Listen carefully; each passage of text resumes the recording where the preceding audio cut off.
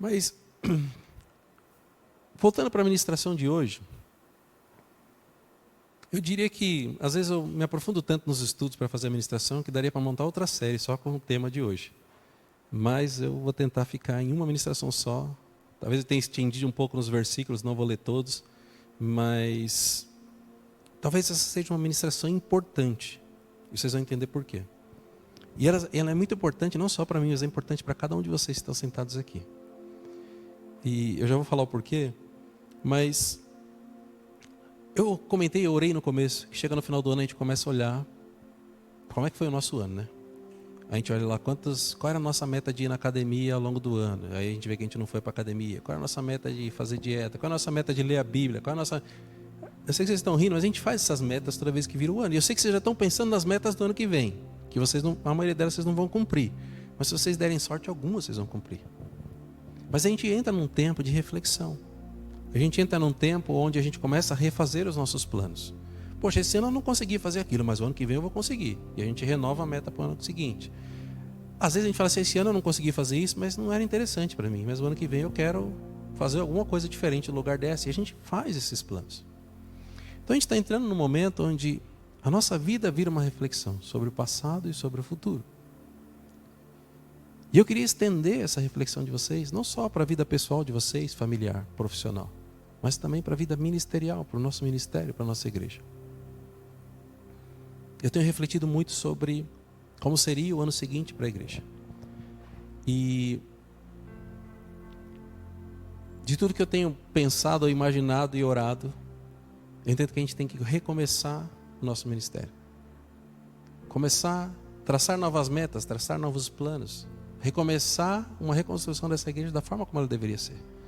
Isso era parte do que eu ia falar naquela reunião do dia 8, mas aí mudou tanta coisa que eu acabei deixando, e eu tenho conversado com algumas pessoas individualmente, porque eu entendo que são pessoas que contribuíram, não só ao longo desse ano, muitas delas até mais do que isso, para que a gente chegasse aqui onde a gente chegou hoje. E por incrível que pareça, e eu vou tentar não chorar por isso, eu estava orando hoje de manhã, e eu falei, Senhor, quais são as pessoas que o Senhor quer, que o Senhor conta para o ano que vem? Quais são as pessoas que o Senhor conta para essa reconstrução da igreja? Algumas pessoas eu já chamei, já conversei individualmente. Algumas pessoas ainda não tive oportunidade. Mas Deus foi me mostrando algumas pessoas. E o mais impactante disso, eu estava conversando com o Valentim mais cedo e estava metade de vocês aqui. E aí eu falei, Valentim, acho que Deus vai trazer hoje as pessoas que Ele quer que estejam com a gente, com a base desse ministério, com a fundação desse ministério para o ano que vem. Só que Ele me mostrou algumas pessoas que não estão aqui. E o que foi mais interessante? As pessoas foram chegando. As pessoas que Deus tinha me mostrado foram chegando. E cada um de vocês que está sentado aqui, foram pessoas que Deus me mostrou quando eu estava orando. E talvez vocês não tenham ideia do que Deus tem para o próximo ano. Mas o que eu queria que vocês soubessem é que a gente chegou aqui, essa igreja foi construída, esse ministério está aqui hoje. Porque cada um de vocês contribuiu de alguma forma. Existem outras pessoas que não estão aqui que contribuíram. E provavelmente existem outras pessoas que não estão aqui, que também vão fazer parte dessa reconstrução. Mas arrisco dizer com uma certa ousadia, olhando para vocês aqui, a oração que eu fiz hoje de manhã, e a forma como Deus falou, que vocês foram escolhidos por Ele, para esse novo início, para essa reconstrução. Cada um de vocês.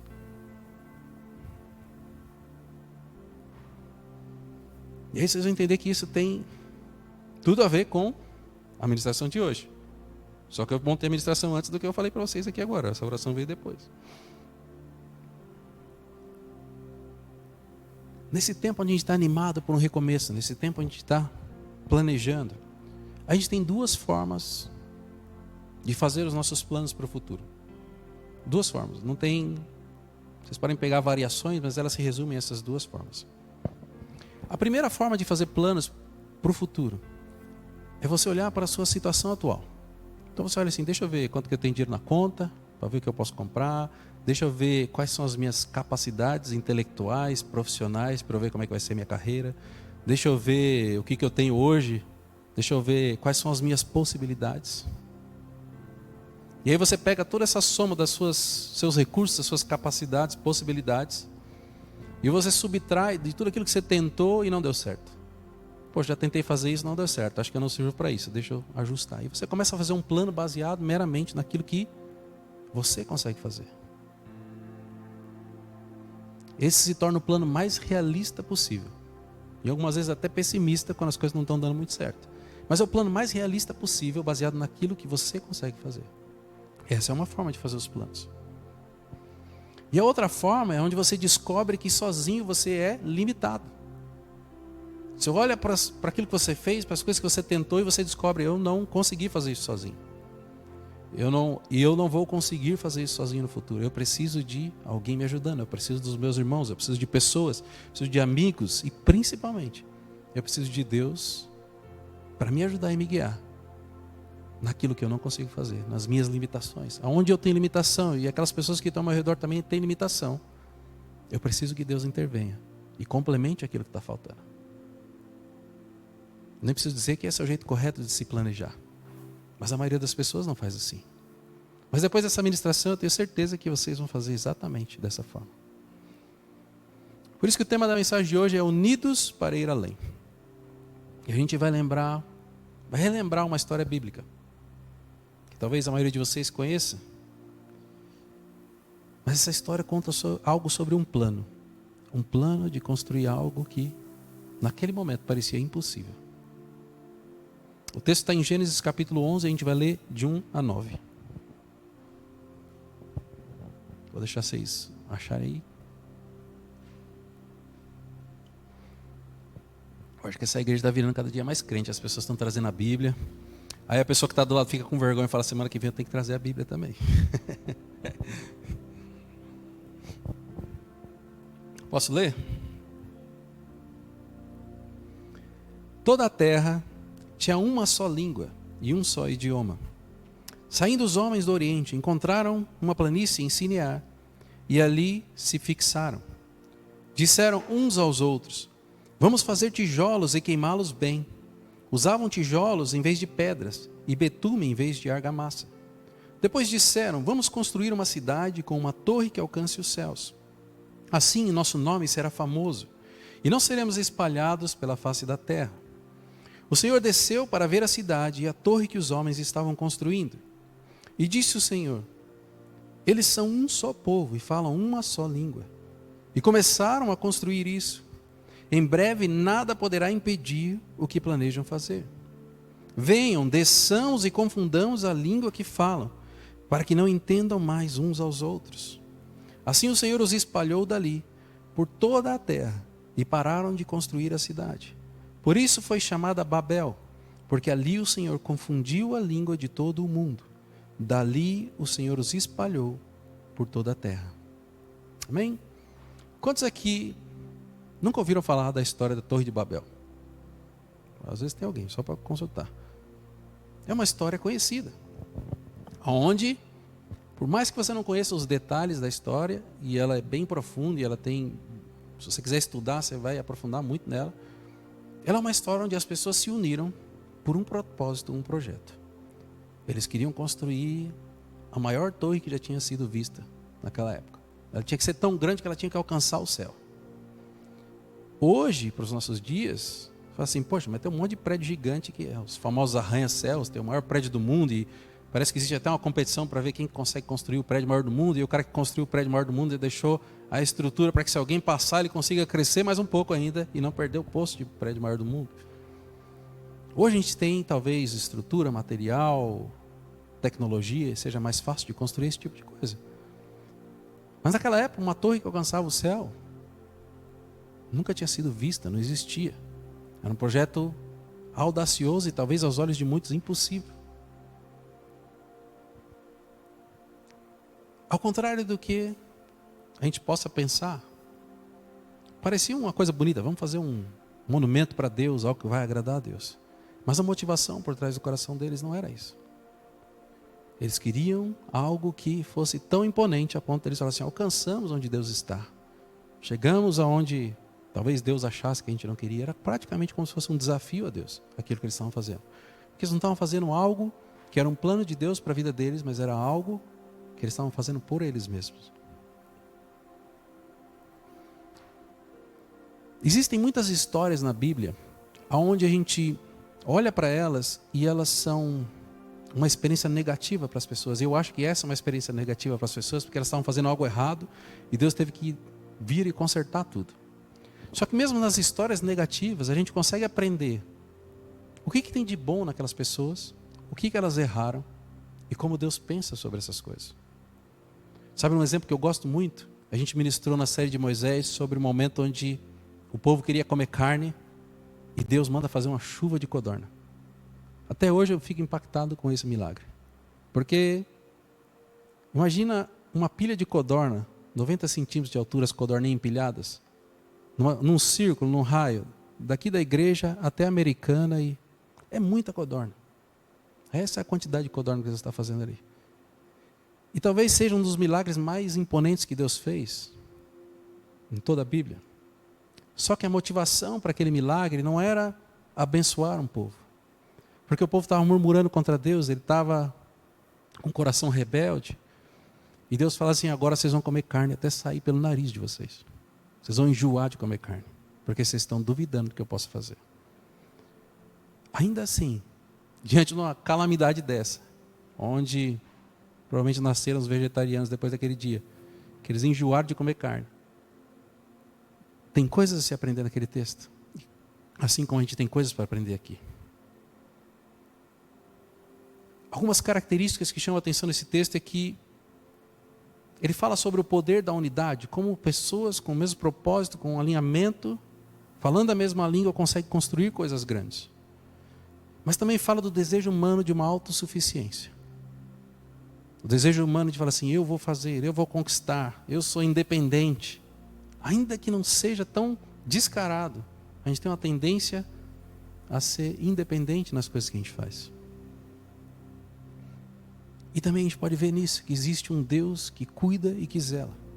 Que mesmo quando a gente está fazendo coisas erradas, Ele vem e frustra a nossa vontade. Não porque Ele não gosta da gente, mas porque Ele sabe o que é o melhor para cada um de nós.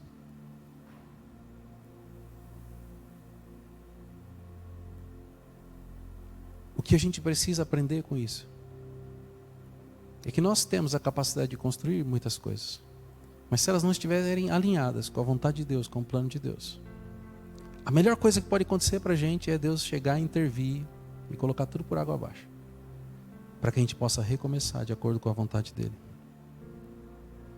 E o que a gente vai refletir aqui nos próximos 3 pontos é sobre como Deus quer que a gente use a nossa unidade, para que juntos a gente consiga construir coisas que sozinho não seria possível.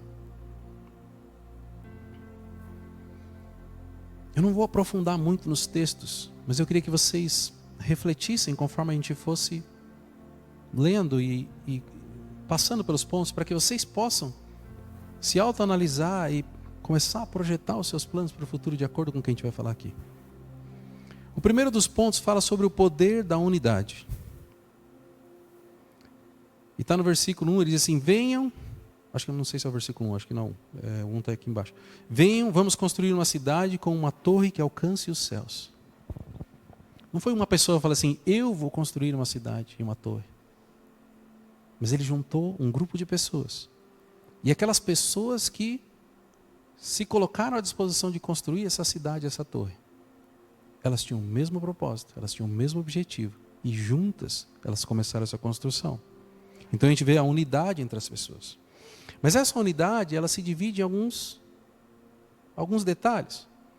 O primeiro ponto que a gente vê ali é a unidade na comunicação. O versículo 1, agora sim, versículo 1. Toda a terra tinha uma só língua e um só modo de falar. Todas aquelas pessoas não só se comunicavam com a mesma língua, ou seja, não eram um falando inglês, outro português, outro espanhol. A gente tem um cara que fala espanhol aqui fluente. Todo domingo de manhã ele chega: buenos dias, pastor. Todas as pessoas falavam a mesma língua, mas existe um alinhamento não só naquilo que é a comunicação verbal, mas daquilo que é dito entre as pessoas. Um alinhamento de visão gera um alinhamento de comunicação. Se você não está alinhado com as pessoas que estão ao seu redor, existe uma grande chance de haver uma desconexão entre o que você fala e o que a pessoa fala. Mas quando existe esse alinhamento da comunicação, não é só a língua que é importante. A língua é importante, mas aqui a gente só fala português. Exceto o Daniel, que é o espanhol aqui da turma. Mas essa comunicação, ela se torna assertiva. Não existe desentendimento, não existe... Sabe quando a pessoa fala uma coisa e você entende outra? Sabe quando a pessoa fala um negócio e fala, será que ela queria dizer aquilo? Porque existe um alinhamento na comunicação. E esse alinhamento na comunicação, ele é um reflexo daquilo que Deus gostaria que nós vivêssemos. Sabe, um exemplo na Bíblia de alinhamento de comunicação que está um pouco fora de contexto, mas vocês vão entender. Se vocês olharem quando Pedro nega Jesus 3 vezes, uma das vezes que Pedro nega Jesus, a pessoa que reconhece Pedro fala assim, é discípulo dele, porque fala igualzinho a ele. A pessoa estava olhando para Pedro falando e estava falando assim, parece Jesus falando. Pedro havia convivido com Jesus, havia aprendido com Jesus e já estava falando igual a Jesus. Então a gente vê que existe um propósito de Deus para que haja essa unidade na comunicação. Coitado do Pedro, não deu muito certo para ele, né? Já era igual a Jesus, aí ele ficou meio... se lascou ali naquela hora. Mas ele não tinha como esconder. Porque ele estava alinhado com o propósito. Estava alinhado com a comunicação.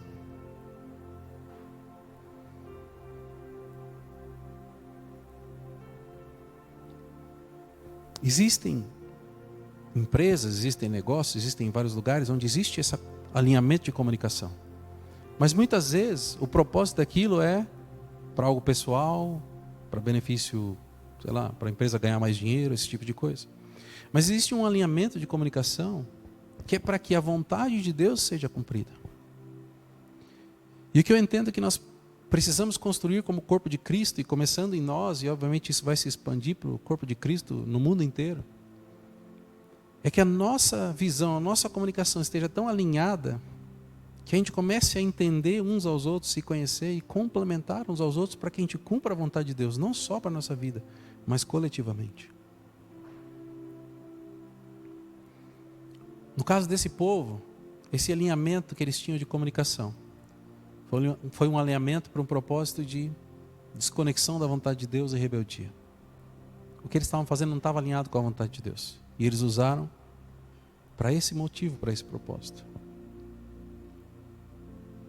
Mas quando a gente vê no livro de Atos, Jesus manda que a igreja se reúna e eles começam a se alinhar e a construir o início da igreja. Todos com a mesma visão, falando a mesma língua, a mesma comunicação. Não para que o homem fosse exaltado, mas que Deus fosse glorificado. A questão que talvez dificulte a nossa comunicação é que talvez nosso relacionamento seja muito superficial. Talvez a gente passe pouco tempo junto e a gente não consiga alinhar essa comunicação. E talvez seja algo que a gente precise mudar. Mas a gente precisaria. A gente precisa ter esse alinhamento de comunicação. O segundo subponto aqui disso é que existe uma força desse trabalho sendo executado em conjunto.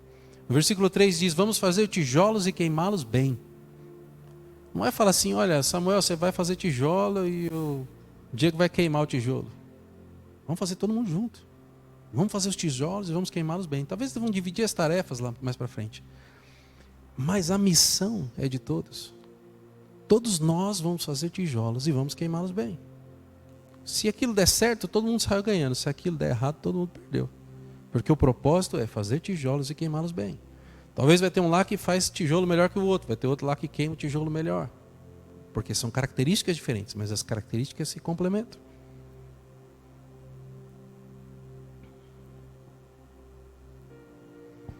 Esse trabalhar em unidade, ele reflete aquilo que Jesus nos mostrou quando ele veio na terra. Ele demonstrou que o Pai não trabalha sozinho, que Jesus não trabalha sozinho, mas existe uma unidade entre eles trabalhando. Quando Deus foi criar o homem, ele falou, façamos o homem à nossa imagem. E quando a gente vê o ministério de Jesus sendo cumprido, Jesus fala assim, a minha vontade é fazer, o meu trabalho, a minha comida é fazer a vontade do Pai. Jesus sempre consultava o Pai sobre o que ele deveria fazer. Só que na hora de realizar o milagre, era o Espírito Santo que realizava. Jesus não fez tudo sozinho. Essa unidade que existe na Trindade precisa ser refletida na vida dos cristãos, dos irmãos. Essa unidade é aquilo que vai fazer com que a gente trabalhe junto e construa coisas além da nossa capacidade.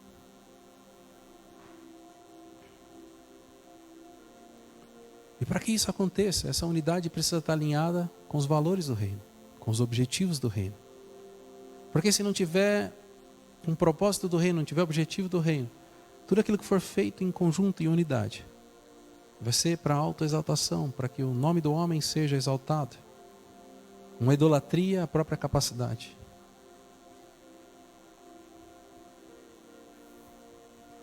Talvez uma das coisas que a gente precisa refletir, isso é individual de cada um aqui. O que a gente precisa fazer para melhorar o relacionamento entre os irmãos?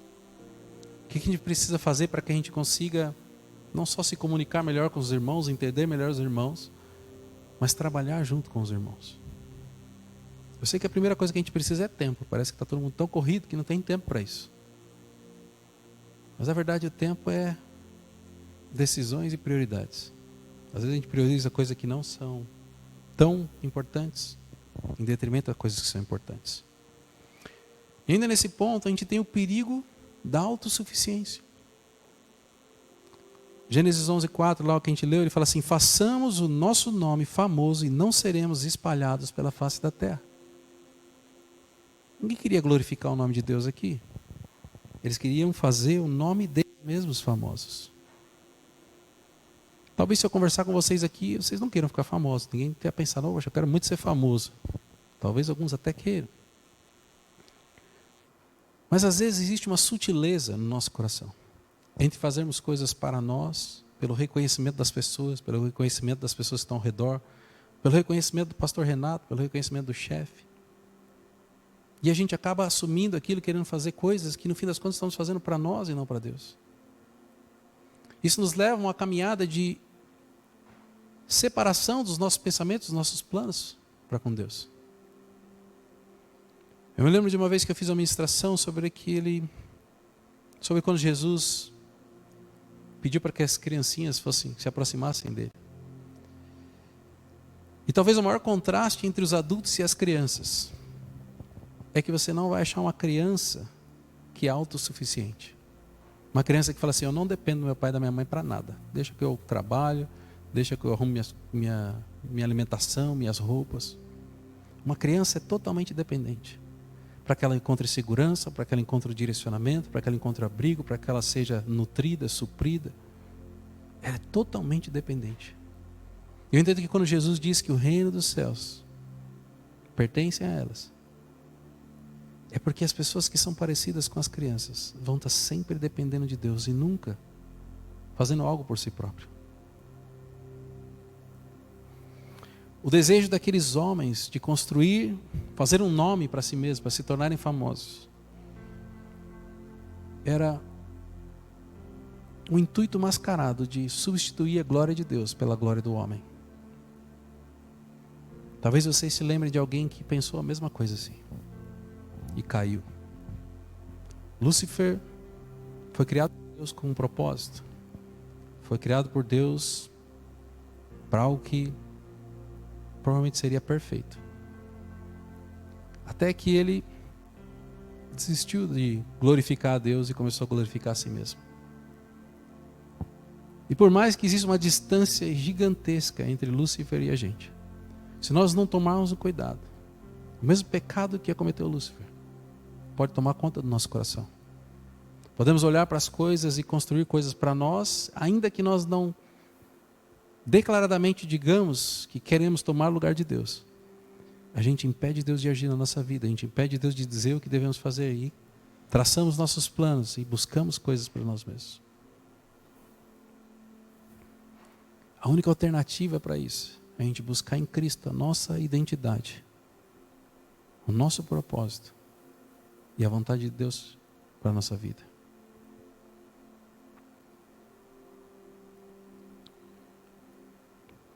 Talvez o que a gente tenha que refletir nesse ponto é que a gente precisa renunciar tudo aquilo que é minha vontade, tudo aquilo que são os meus desejos, tudo aquilo que são as minhas expectativas.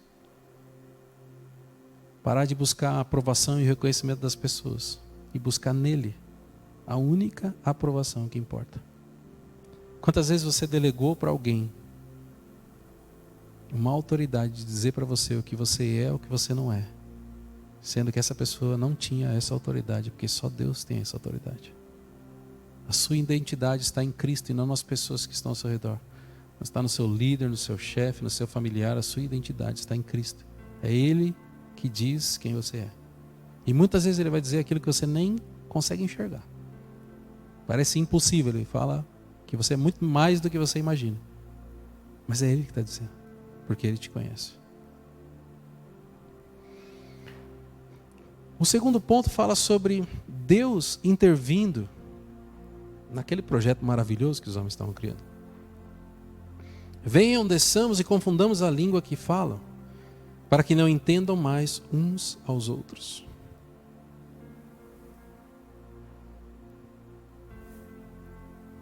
O Senhor desceu para ver a cidade e a torre que os homens estavam construindo. O que eu vejo sobre esse trecho?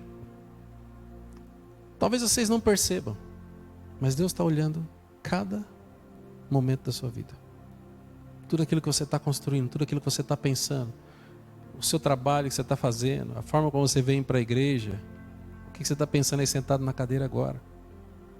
Deus está prestando atenção em cada detalhe.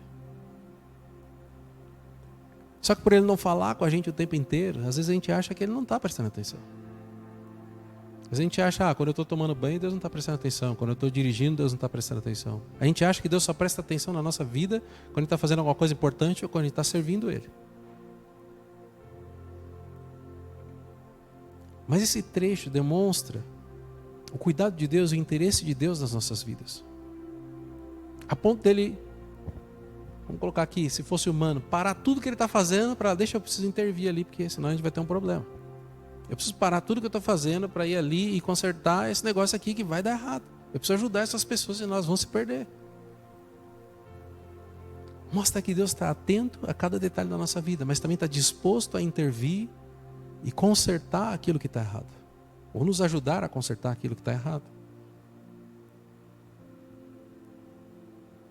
Quando eu olho para esse trecho, eu faço uma reflexão que isso aponta para Cristo. Porque a vinda de Cristo foi exatamente para fazer isso. Tem um povo aqui que está fazendo tudo errado, está pecando, não sabe como é que conserta isso. E alguém precisa fazer alguma coisa para consertar. No caso de Cristo, Ele não dispersou as pessoas, mas Ele veio e se entregou por elas, por cada um de nós, para que nós pudéssemos ser salvos e ter a vida eterna. Mas era o cuidado de Deus com as nossas vidas, porque Ele sabia que sozinhos a gente não conseguiria.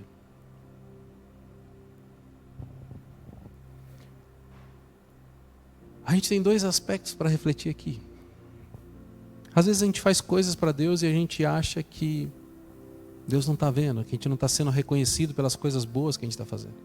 E na verdade Ele está vendo tudo aquilo que a gente faz. Ele está reconhecendo o nosso esforço em servi-lo, em adorá-lo, em obedecê-lo a cada momento. Essa é a parte boa. A parte ruim é que se você estiver fazendo alguma coisa errada, se você estiver pecando, Ele também está vendo. Todas as vezes que a gente erra, que a gente peca, a gente nunca imagina que Jesus está ali do nosso lado. Porque se a gente imaginasse que Jesus estava ali, a gente pensaria duas vezes. Eu não vou fazer isso não, porque Jesus está olhando. Mas a verdade é que Ele está olhando. Não existe nada que você possa fazer que vai estar oculto aos olhos do Senhor. Não existe nada que você possa pensar que está oculto ao Senhor. A Bíblia diz que antes mesmo de você falar, Ele já sabe o que vai sair da sua boca. Então não tem como você esconder nada dele. E talvez nesses momentos onde você está fazendo escolhas erradas e indo para um caminho de pecado, é onde a gente precisa que Ele faça como Ele fez aqui na Torre de Babel. Que Ele desça e faça uma intervenção. Que bagunça, deixa eu tirar essa pessoa daqui, deixa eu mudar o ambiente dela. Deixa eu fazer com que ela perca esse emprego, porque senão ela vai se perder, ela vai arrumar outro emprego melhor. E a gente acha que foi uma coisa ruim, mas foi uma coisa boa. Mas é o cuidado de Deus com a nossa vida. Porque ainda que a gente erre, ainda que a gente peque, Ele continua nos amando da mesma forma. Deus não muda o sentimento por nós porque a gente errou, porque a gente falhou.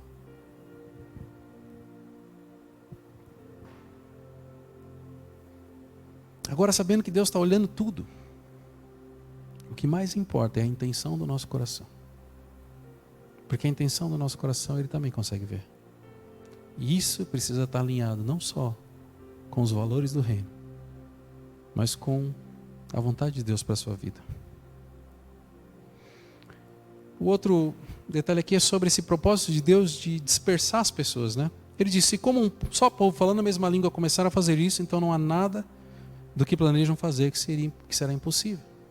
Deus estava olhando assim, se eles continuarem por esse caminho, não tem mais volta, eles vão conseguir realizar esse feito de se tornarem famosos fazendo uma coisa totalmente errada. Eu preciso intervir para que isso seja consertado. É um pouco do que eu falei, às vezes Deus tem que pegar e, olha, você vai perder esse emprego, você vai sair desse lugar, porque senão vai ser pior, eu preciso recomeçar e reconstruir isso na sua vida. Essa dispersão do povo não foi um ato de disciplina e crueldade de Deus, mas foi um ato de proteção e de amor. Porque Deus se importava com eles. Deus interrompe aqueles planos que levariam eles a um afastamento, uma destruição espiritual total. E assim Ele faz nas nossas vidas no dia a dia. Eu sei que muitas vezes é difícil a gente olhar para os reveses que a gente sofre e enxergar o bom de Deus agindo naquilo. A gente olha para as situações e pensa, deu errado, fiz alguma coisa errada, Deus não me ama mais, Deus não se importa comigo, quando na verdade Ele se importa. Só que a forma como Ele precisa resolver aquela situação geralmente é diferente da forma como nós gostaríamos que fosse resolvida. Vou dar um exemplo aqui simples. Estou passando uma dificuldade financeira, como é que a gente quer que a gente resolva? Vamos ganhar na Mega Sena, cai dinheiro na conta, amanhã está resolvido. Deus não podia fazer isso, não é mais fácil? Está resolvido. O teu problema Deus resolve, Ele faz qualquer coisa, esse é o jeito mais fácil. Só que se Deus fizesse do jeito mais fácil, a gente ia se encrencar de novo depois, porque a gente não aprendeu nada. A gente daqui a uns 2, 3 anos, a gente precisaria da Mega Sena de novo. Aliás, estatisticamente, talvez a Isabela conheça isso, que ela trabalha com finanças, e estatisticamente, a maioria das pessoas que ganharam na loteria, perderam tudo e ficaram pior do que estavam antes de começar. Por quê? Porque elas ganharam muito dinheiro, não sabiam administrar, não estavam preparadas para lidar com aquilo. E aí elas começam a viver coisas maiores e no fim das contas elas têm dívidas muito maiores do que elas tinham quando elas não tinham recebido dinheiro. Só que elas já não têm mais dinheiro. Então, normalmente a situação dessas pessoas é muito pior. O que Deus quer fazer com a nossa vida? É assim, vocês não vão ganhar na Mega Sena, mas eu vou trabalhar na sua vida para que você possa ter o caráter correto, para que você possa ter fruto do Espírito, para que você possa ser generoso com as pessoas, para que você possa estar pronto para talvez levantar e sustentar ministérios, missionários, e na hora que você estiver pronto, aí sim, agora eu vou prosperar a sua vida. Você não vai ganhar na Mega Sena, mas aí as comportas do céu vão ser abertas e você vai experimentar o melhor dessa terra. Porque isso está alinhado com o objetivo, com os planos de Deus para a sua vida. Você vai ser preparado, formado e preparado para aquilo não venha a ser maldição, mas bênção. A Bíblia diz que as bênçãos de Deus não acrescentam dores. Então no dia que Ele prosperar a sua vida, é porque você está pronto para isso.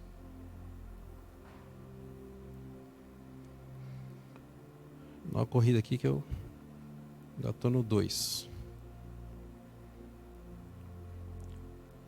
Só para a gente encerrar o 2, o último ponto aqui é confusão como um ato de misericórdia. O que é misericórdia? Porque o povo estava se perdendo. E Deus traz a confusão para que haja uma restauração.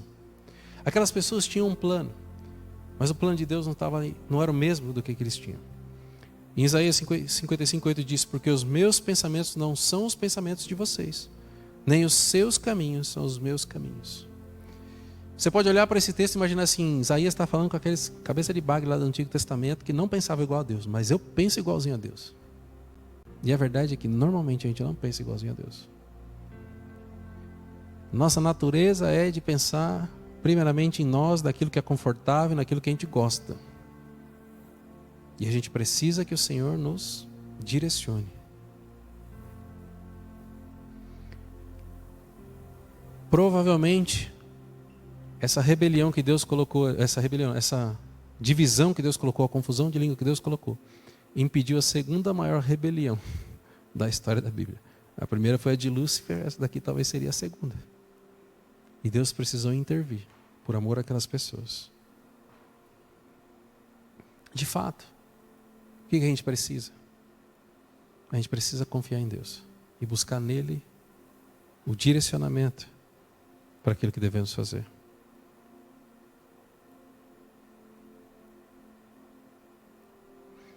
E o último ponto fala sobre o propósito da unidade. Qual é o propósito da unidade, segundo a Bíblia? A gente já viu um pouco aqui que unidos a gente pode fazer coisas maiores, a gente pode construir coisas maiores. A gente podia até construir uma torre, se fosse algo que Deus queria. A gente pega todo mundo aqui lá, vamos construir uma torre agora, que a gente vai fazer. Se fosse o plano de Deus, a gente poderia fazer.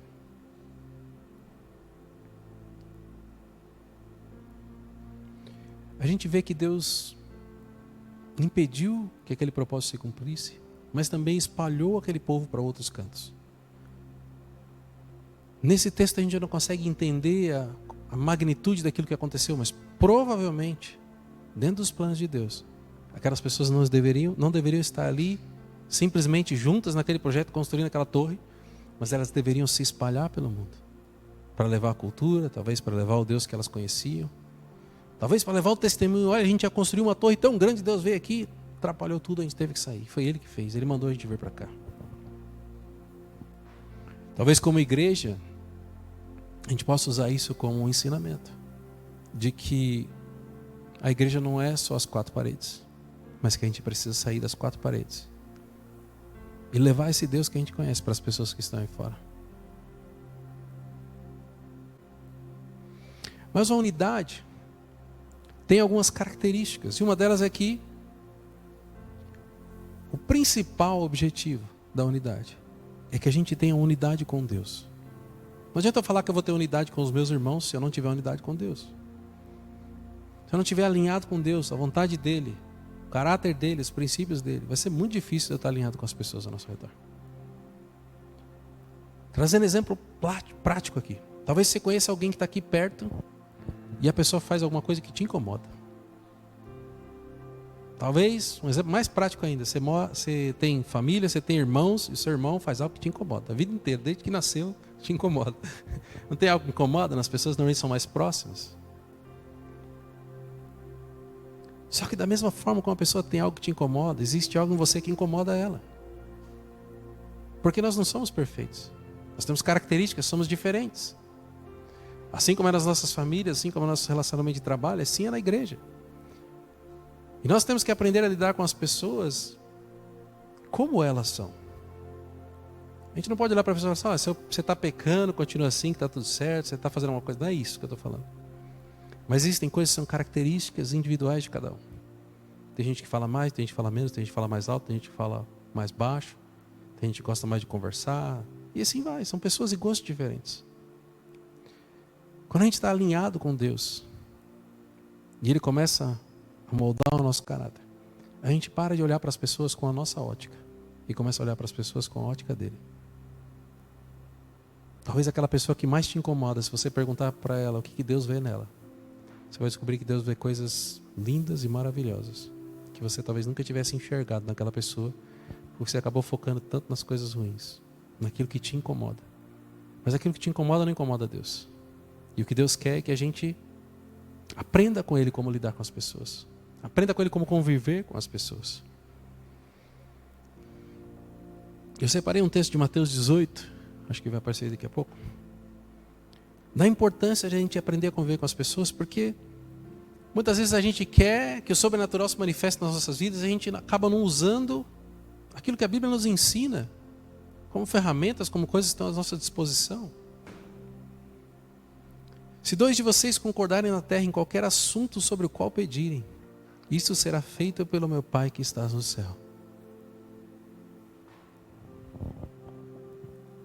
Ele poderia falar assim, tudo que você pedir sozinho vai ser feito. Por algum motivo ele não falou sozinho. Porque faz parte do plano dele que haja unidade. E aí o que normalmente a gente interpreta assim, então eu preciso de 2. Então assim, eu vou ser, para não ter que envolver ninguém, vai ser eu e minha esposa. Então eu e minha esposa já soma 2, a gente vai orar e vai acontecer. Mas não conta isso, tá? Jesus falou que depois que vocês se casaram, se tornaram uma só carne. Então você pode fazer os 2 juntos, mas ainda precisa de mais um. Porque os 2 viraram um.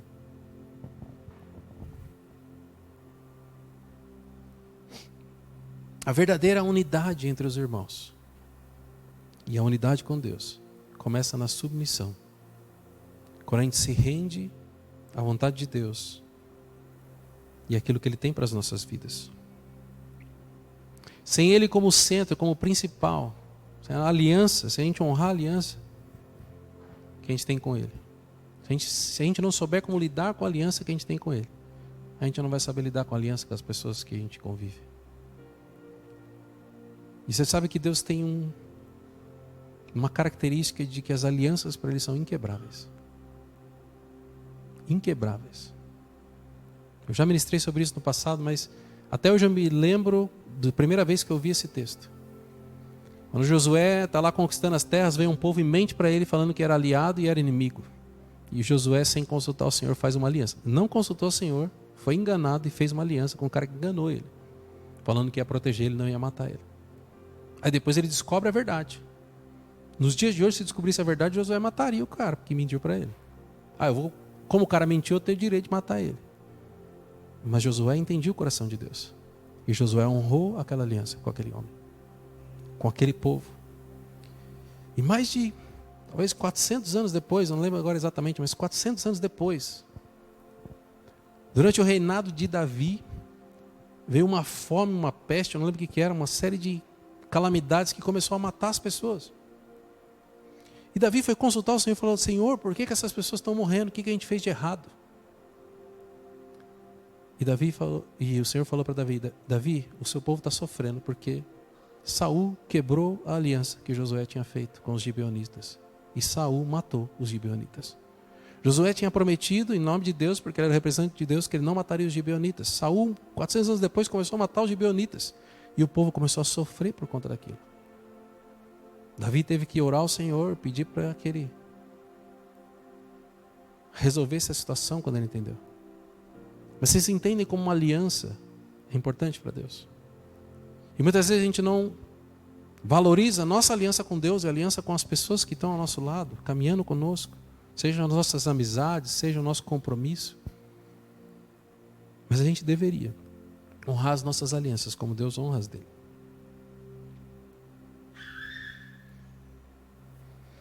Talvez a pergunta para vocês é: será que os objetivos que vocês têm estão alinhados com a vontade de Deus? Provavelmente vocês acreditam que sim, mas se vocês não consultarem o Senhor, talvez não esteja. Agora, o que você precisa para melhorar essa unidade com Deus e a unidade com os seus irmãos? O que falta? Essa é uma pergunta verdadeira. O que nós poderíamos fazer para melhorar isso? Como igreja, como ministério? Ou talvez você, como familiar?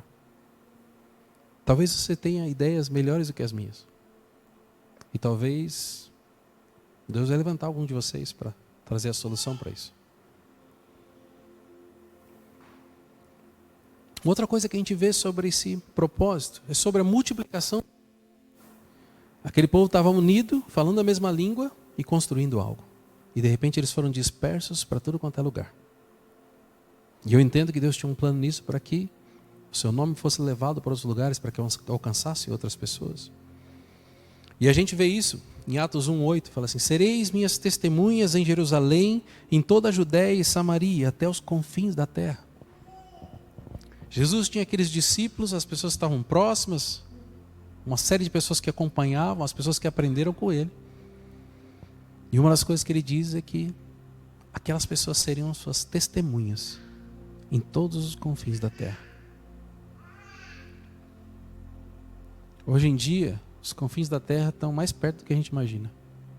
Está uma telinha de celular, os confins da terra. Se você precisar ministrar para alguém, conversar com alguém no Japão, em algum lugar que parecia impossível antigamente, hoje está na palma da mão. Não existe mais essa limitação geográfica. A limitação hoje está em cada um de nós. Nós estamos colocando a limitação, porque existem recursos, existe tecnologia, mas falta a disposição de ser testemunha até os confins da terra.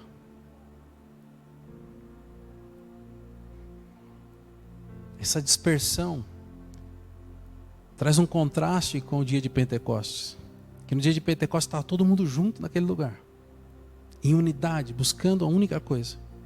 E eles foram cheios do Espírito Santo. Mas logo em seguida, eles não estavam mais naquele mesmo lugar, mas foram cada um para o seu propósito, cada um cumprir aquilo que Deus tinha colocado, cheios do Espírito. Não estou querendo dizer que vocês têm que ir embora da igreja, tá? Talvez um dia vocês montarem outras igrejas, alguma coisa assim. Mas hoje, eu entendo que Deus quer que a gente esteja em unidade. Unidade com Ele, unidade com os irmãos, unidade em propósito, unidade em trabalho. Para que a gente possa não construir uma torre, mas talvez construir uma ponte, um caminho para levar as pessoas até Ele.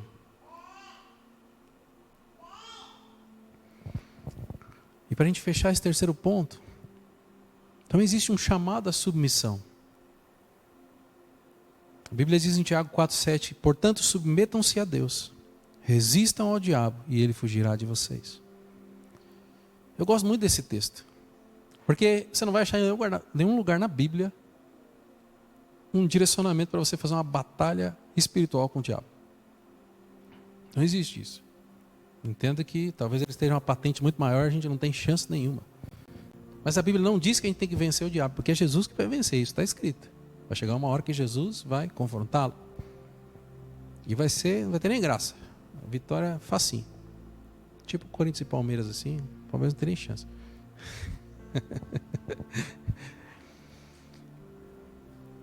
Não existe um direcionamento para que nós enfrentemos o diabo. Mas existe um direcionamento para que a gente resista a ele. Só que antes de resistir ao diabo, a Bíblia diz que a gente tem que se submeter a Deus. Ou seja, eu não sou poderoso por mim próprio para resistir ao diabo. E se eu não estiver submisso à vontade de Deus, eu vou me lascar.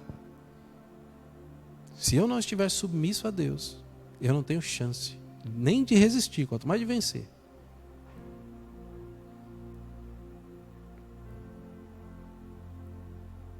Mas a verdadeira unidade, seja nossa com Deus, ou seja nossa com os nossos irmãos, está quando a gente se submete à vontade de Deus. Não só à vontade dEle, mas ao caráter dEle, às atitudes dEle.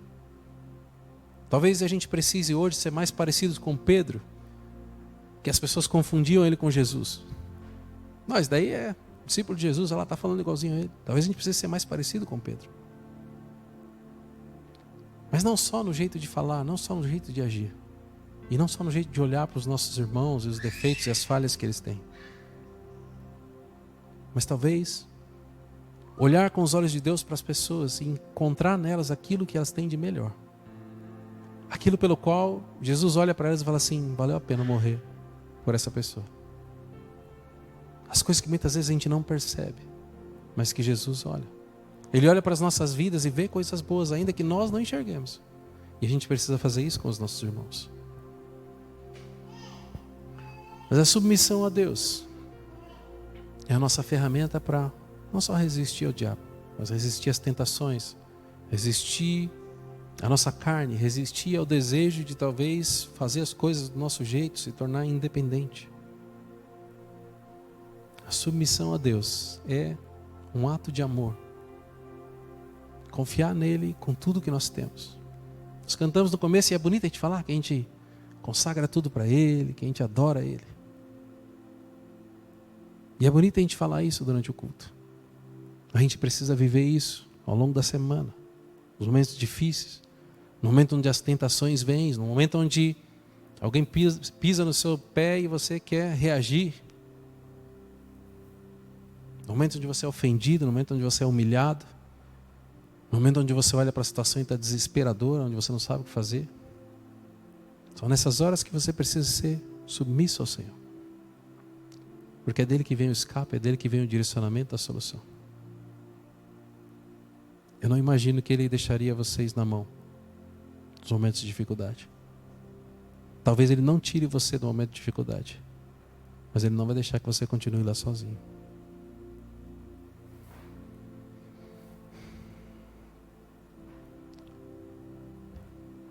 Reflita por um segundo sobre quais áreas da sua vida ainda existe algum tipo de resistência a Deus. Quais áreas da sua vida você ainda é independente.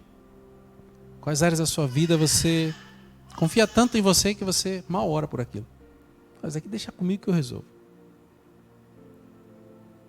Colocando assim, você vai pensar assim, poxa, não tem nenhuma área, porque eu não penso assim, né? Deixa comigo que eu resolvo. É algo que flui naturalmente, a gente não percebe. A gente se torna independente, a gente deixa de confiar no Senhor e na hora que a gente vê, a gente está fazendo tudo do nosso jeito, da nossa forma. E é por isso que a gente precisa se submeter ao Senhor. Senhor, tem alguma coisa aqui que eu estou fazendo que te desagrada? E normalmente a gente olha para as coisas que desagradam como os pecados, as coisas mais terríveis que a gente pode fazer. Mas existem coisas que a gente faz que são lícitas, que são corretas, e ainda assim desagrada ao Senhor. Muitas vezes porque nós não fazemos com o coração no lugar certo. E eu vou te dar um exemplo disso. Sabe quando a Bíblia diz que se você estiver indo fazer uma oferta para o Senhor, deixar sua oferta no altar, e você lembrar que tem algum irmão que tem alguma coisa contra você, não é para você fazer a oferta? Que você primeiro precisa ir lá e se consertar com o seu irmão, para depois você fazer a oferta. Quantos de vocês, ou quantas pessoas você conhece que têm ofertado para o Senhor? Ofertas que o Senhor não se agrada, porque o coração está no lugar errado. Existem pessoas que ofertam porque elas acham que se elas ofertarem, elas vão receber algo em troca. Elas estão comprando uma bênção. Você acha que o Senhor se agrada desse tipo de oferta?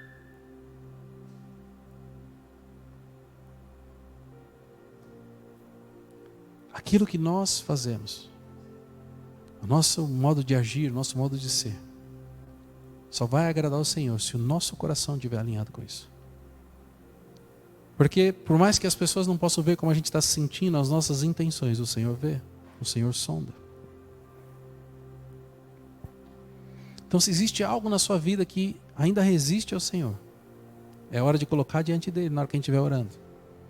Fala, Senhor, essa área aqui eu acho que eu sou um pouco independente. Talvez nessa área eu precise permitir que o Senhor possa me direcionar. E eu quero submeter essa área a Ti, Senhor. Para que seja a sua vontade e não a minha. Amém? Vamos ficar de pé para a gente encerrar?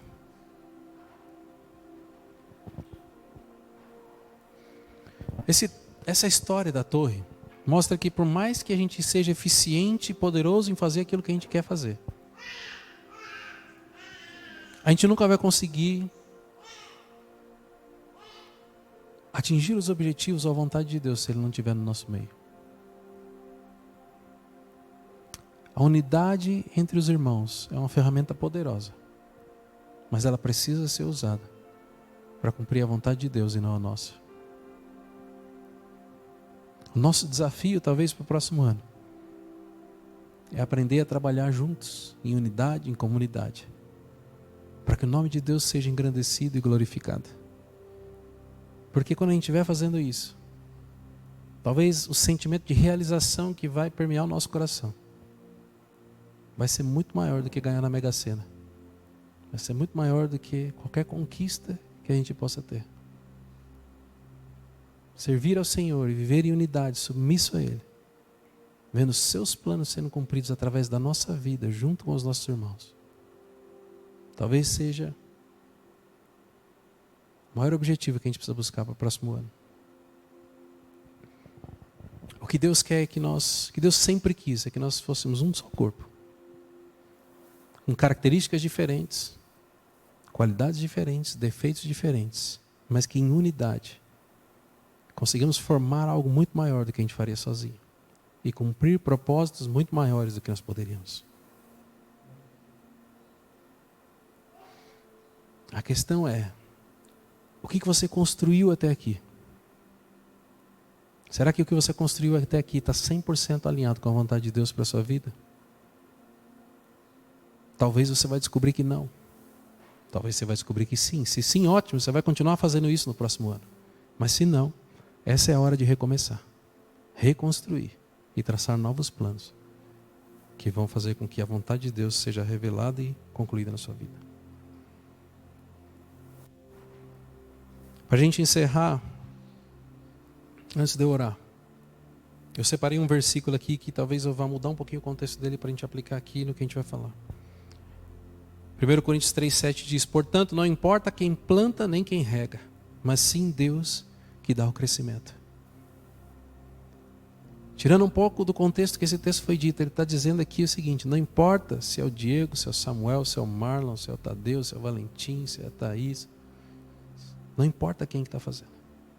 O que importa é que o esforço de todas essas pessoas só vai se realizar porque é Deus que dá o crescimento. É Deus com que faz com que aquilo que falta seja completo. É Deus com que conecta e cola as partes que estão desconectadas. É Deus que faz com que aquilo aconteça. Queria que você fechasse os seus olhos agora para a gente orar. E eu queria que você refletisse por um momento sobre como foi o seu ano até aqui. Todas as coisas que você conquistou, dos desafios que você teve, das batalhas. Talvez as coisas que mais te marcaram ao longo desse ano, sejam elas boas ou sejam elas ruins. Talvez as coisas ruins te marcaram tanto que você desistiu de continuar ou tem medo de tentar novamente porque você já entendeu que não dá certo. Já assumiu isso como uma realidade, como uma verdade. E talvez tenham coisas tão boas que você gostaria de experimentar mais. Talvez tenham experiências que você teve com Deus ao longo desse ano que você gostaria de repetir. Talvez tenham conquistas.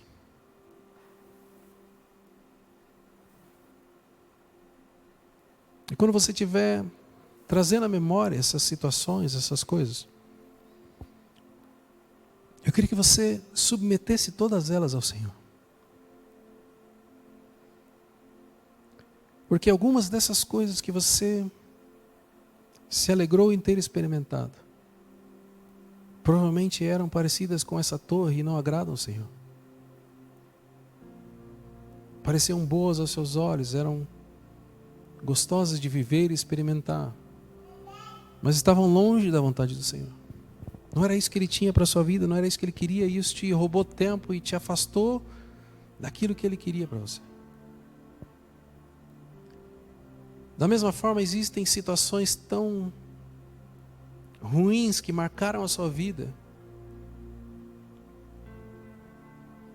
que fazem com que você esteja limitado e preso a elas até agora, que na verdade não eram tão ruins assim, porque o Senhor tinha um propósito nisso. Ele precisava que isso acontecesse para que você voltasse para os planos, para que você voltasse para o direcionamento que Ele tinha para a sua vida, para a vontade dEle para a sua vida. Não é porque Ele te abandonou que isso aconteceu, mas porque Ele te ama. E Ele não quer te ver sofrendo. Ele quer te ver experimentando tudo aquilo que Ele sonhou e planejou para a sua vida.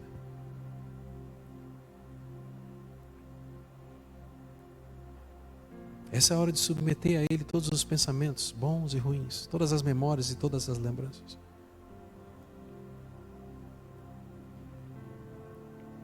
Senhor, eu oro para que nesse momento o Senhor possa visitar, Senhor, cada um aqui nessa manhã, Senhor. Que o Senhor possa, Senhor, limpar, Senhor, todo pensamento negativo que não devia estar aí, Senhor. Toda marca, toda ferida, Senhor, que tem atrapalhado, prendido, atrasado, Senhor. Que haja cura e restauração agora em nome de Jesus. Eu oro, Senhor, para que todo plano que foi frustrado, mas que está alinhado com a Tua vontade, Senhor. E talvez não tenha sido a hora, talvez não tenha sido o momento, porque os Teus filhos e filhas não estavam prontos e preparados, Senhor. Que o Senhor possa restaurar, Senhor, o desejo no coração de experimentar. Não do nosso jeito, mas, Senhor, do Teu jeito, no Teu tempo, da Tua vontade, na Tua forma, Senhor. E eu oro, Senhor, para que todos aqueles momentos agradáveis, Senhor, que não vieram de Ti, Senhor, e que estavam fora dos Teus planos, Que possam ser transformados não em momentos de alegria, mas de um peso, Senhor. De algo que precisa ser consertado e modificado, Senhor. Para onde nós iríamos, Senhor, se não fosse para a Tua presença, para perto de Ti, Senhor. Nós não queremos, Senhor, nos alegrar em coisas que nos afastam de Ti, Senhor. E, Senhor, eu oro em nome de Jesus, Senhor, para que o Senhor venha restaurar, Senhor, os pensamentos e os momentos. E que possam ficar, Senhor, as lembranças boas daquilo que estava alinhado com a Tua vontade, Senhor. Para que nós possamos, Senhor, começar o próximo ano sonhando e planejando. Sem nenhum tipo de peso, sem nenhum tipo de amarra, sem nenhum tipo de engano, Senhor. Para que nós possamos ser livres, Senhor, para Te ouvir e Te obedecer, Senhor. Senhor, eu oro em nome de Jesus, Senhor, para que o Senhor capacite os Teus filhos e filhas, para Te buscarem, para estabelecerem unidade contigo, Senhor. Para que, Senhor, os planos que eles venham a traçar para os próximos anos, para que as conquistas que eles venham a experimentar nos próximos anos, estejam totalmente alinhadas com a Tua vontade, Senhor. E que eles possam experimentar, Senhor, do Teu sobrenatural, Senhor. Para, Senhor, quebrar toda limitação, para, Senhor, derrubar, Senhor, toda mentira, todo engano, toda barreira, toda muralha, Senhor. Mas que eles venham a experimentar, Senhor, um novo tempo nas suas vidas. Um tempo, Senhor, de unidade contigo, um tempo de unidade com os irmãos, um tempo de unidade, Senhor, em família. Eu oro, Senhor, para que o Senhor ajude, Senhor, os Teus filhos e filhas a enxergar além, Senhor.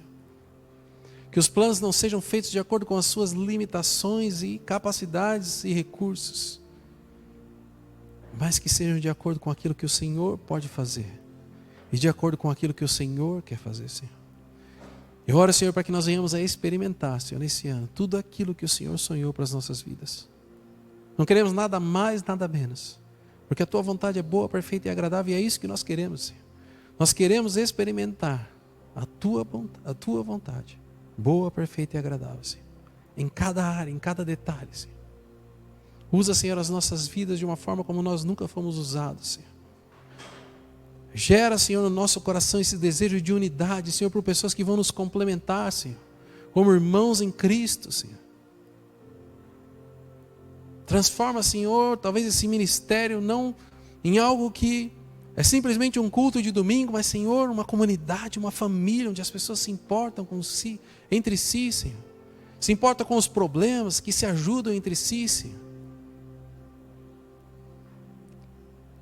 Eu oro, Senhor, em nome de Jesus, Senhor, para que caia por terra, Senhor, tudo aquilo que foi construído, que parecia correto, que parecia certo nesse ministério, mas que talvez não tivesse alinhado com a Tua vontade, ou que começou alinhado com a Tua vontade e se perdeu, Senhor. Que caia por terra, Senhor, todo engano, toda mentira, Senhor. Eu oro, Senhor, para que o Senhor seja soberano sobre as decisões desse ministério, dessa igreja.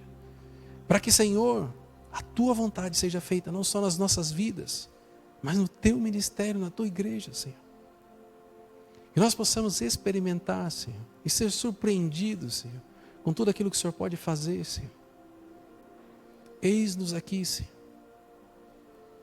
Esse próximo ano é Teu, Senhor, é para Ti. Usa, Senhor, o que nós temos, o que nós somos, Senhor, para que os Teus planos sejam cumpridos, Senhor. Eu oro, Senhor, e Te agradeço, Senhor, pelo privilégio de iniciar mais um ano, sabendo que o Senhor está cuidando de cada detalhe. Sabendo que o Senhor tem desafios, que o Senhor tem crescimento, que o Senhor tem dificuldades, mas que a todo momento, Senhor, o Senhor vai estar com cada um de nós, Senhor. Eu Te agradeço, Senhor, em nome de Jesus. Crendo, Senhor, que nós vamos experimentar o ano de 2025, sobrenatural, Senhor.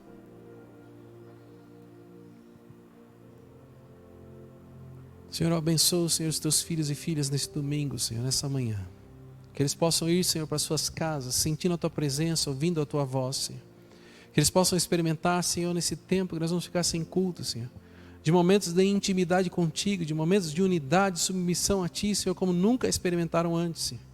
Que os momentos de oração e de leitura da palavra sejam cada vez mais prazerosos dentre os Seus filhos e filhas, Senhor. Que eles possam experimentar o Teu Espírito Santo direcionando e ensinando em cada momento, Senhor, nas suas vidas. E eu oro, Senhor, para que o Senhor os leve em segurança, que o Senhor os guarde, Senhor. E que eles possam cada vez mais, Senhor, Te conhecer e conhecer a Sua vontade sobre a vida deles, Pai. Em nome de Jesus. Que Deus abençoe, que vocês tenham uma excelente semana, um Feliz Natal e um excelente ano de 2025. Fiquem com Deus, boa semana.